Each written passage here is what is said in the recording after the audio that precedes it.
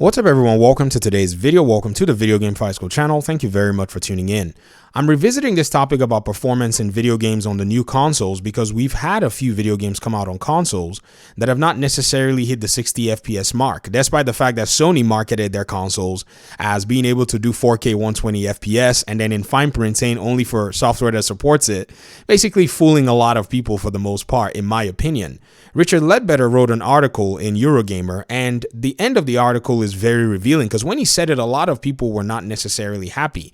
He said this, he said, "So, as cross-gen malaise gives way to titles only addressing the current consoles, we should expect to see fewer titles running at 60 frames per second.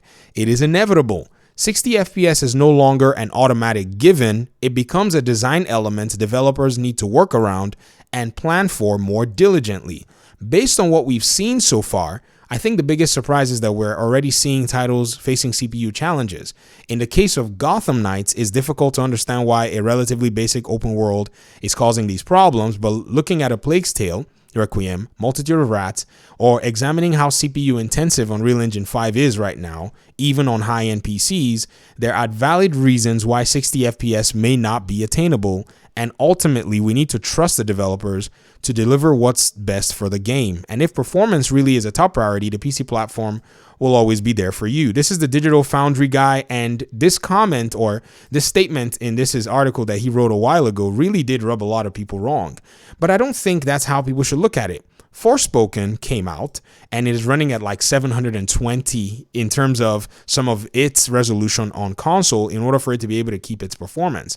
But it's a game that can run at 60 FPS, even though with some problems on PC, we're starting to see a few challenges overall, because I think, in my opinion, the way technology shifted versus how game development shifted, they're both at different levels in terms of their alignment. For the longest time, you could pretty much get your video game out there to work on 30 FPS, which was the standard in the industry, and you were fine. So you could put in all the level of detail and then eventually cap your game to run at 30 FPS and understand that, yes, my game is going to look very good at 30 FPS.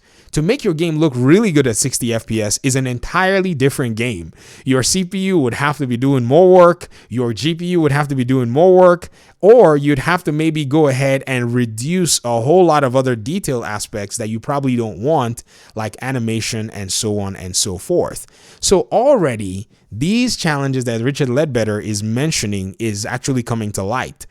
Developers would literally have to plan their entire game for 60 FPS from the ground up.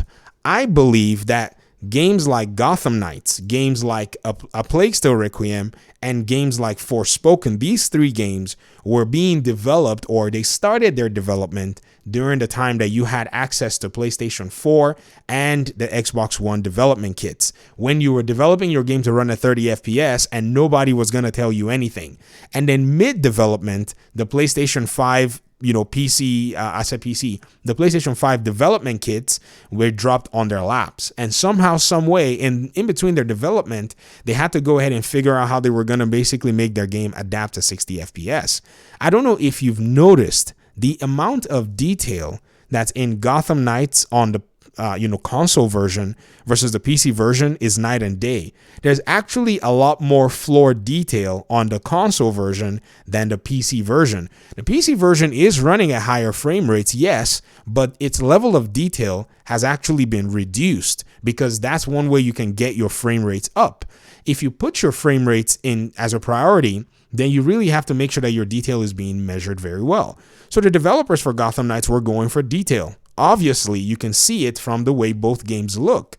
I could show you a comparison, but you just have to basically take my word for it. Maybe I'll do a comparison in terms of photos later on, because I do have footage of specific areas within the world where I got to see some elemental detail with Gotham Knights that I don't, in the console version anyways, that I don't necessarily see on the PC version. So it's a little weird to me to be able to go ahead and just be like, whoa, what's going on here? I think on the detail side, the PC version kind of got a little bit of the shafting in terms of some floor and building textures.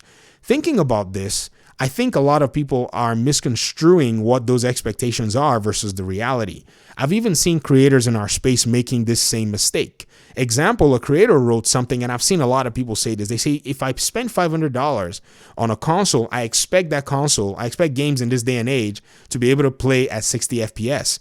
Ladies and gentlemen, we don't have those games yet. The reason I say we don't really have those games yet is because those games have just been recently announced at the cusp of these new generations of consoles, whereby the developers are planning the entire development of the game from ground up to show and play at 60 FPS.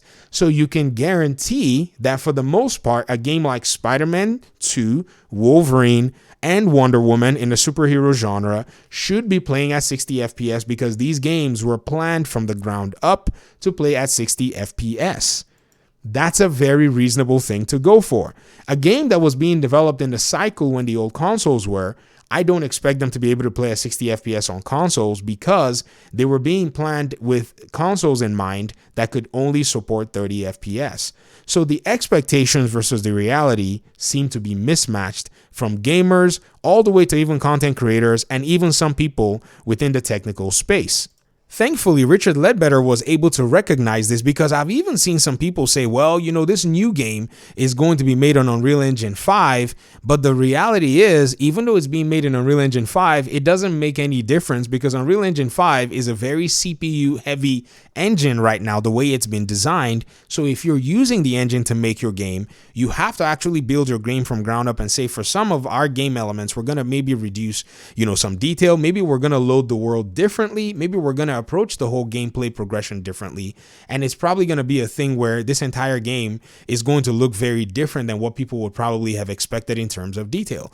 Because for now, a lot of people they prefer frame rates because maybe, it's supposedly the new drink of choice over, detail of their video game.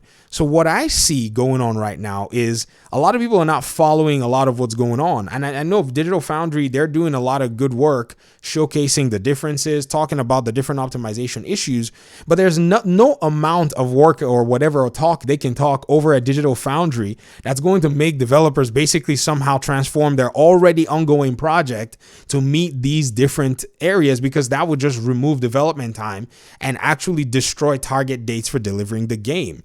So here is what it is that we need to pretty much go ahead and start looking at if you really want to be objective and if you really want to be calculated about this entire conversation. Number one, any video game that you're expecting to come out, you need to look at when the game was announced. That's the very first thing you must do. Number two, you need to also look at the scope of the video game. Is it going to be an open world game? Is it going to be a game that in your opinion, or whatever it is going to require a lot of heavy machinery? Is it going to be a game that has a lot of different mechanics? Is it going to be an ambitious game? Is it going to be a multiplayer game? Is it going to be a game that can run server side? You just have to answer a lot of these questions, because yes, you might also cite some old games like, how about this old game like, The Division? Why is it able to run at 60 FPS on console? Well, because it runs a lot of its processes server side. Gotham Knights runs a lot of its processes on the console side. So both games are different. Both games have a different approach. So you can basically, go in and click on unlock, measure for a game like The Division 1, and you will run the old game from 2016 at 60 FPS. It's actually doing that on the Xbox. PlayStation, I don't know what's going on. Maybe Sony did not want to deal with it, or maybe the game is a different version on the Sony console. It might be. I think there is an argument for that is slightly different on the PlayStation 4 in some aspects. I'm not going to go too deep in that, but you can see how this actually makes a very big difference. So I recommend that everyone who's joining on this conversation needs to be able to look and understand and say, this is going to be something that we have to take into account heavily in the way that we're doing things. Another thing too that I need to jump in terms of this video before we leave is Suicide Squad Kill the Justice League. Now, this game, how it's going to be released in on console is interesting to see. It might have a performance mode, but at the same time, I think maybe what was going on was this game is also a transitionary game. This game was probably going to be a cross-gen game as well at some point, maybe, or maybe its development started and, we didn't know anything about the PS5. Then at some point they got given the PlayStation, 5 and the Xbox Series to deal with. And what we're probably going to see is this game is more than likely going to run a lot of its, a lot of its processes server side to be able to achieve the 60 FPS on consoles and get you the detail in the open world. This is why you're probably seeing that the game has some live service elements, or maybe the delay was due to the fact that they needed to basically tweak the infrastructure to get the performance out there for gamers. I think that's probably the major part of the delay, is they were probably tweaking the nature of the game and a lot of its infrastructure in order to get the game to perform very well, because apparently that's a big deal with sales right now. So I'm going to rest my case here.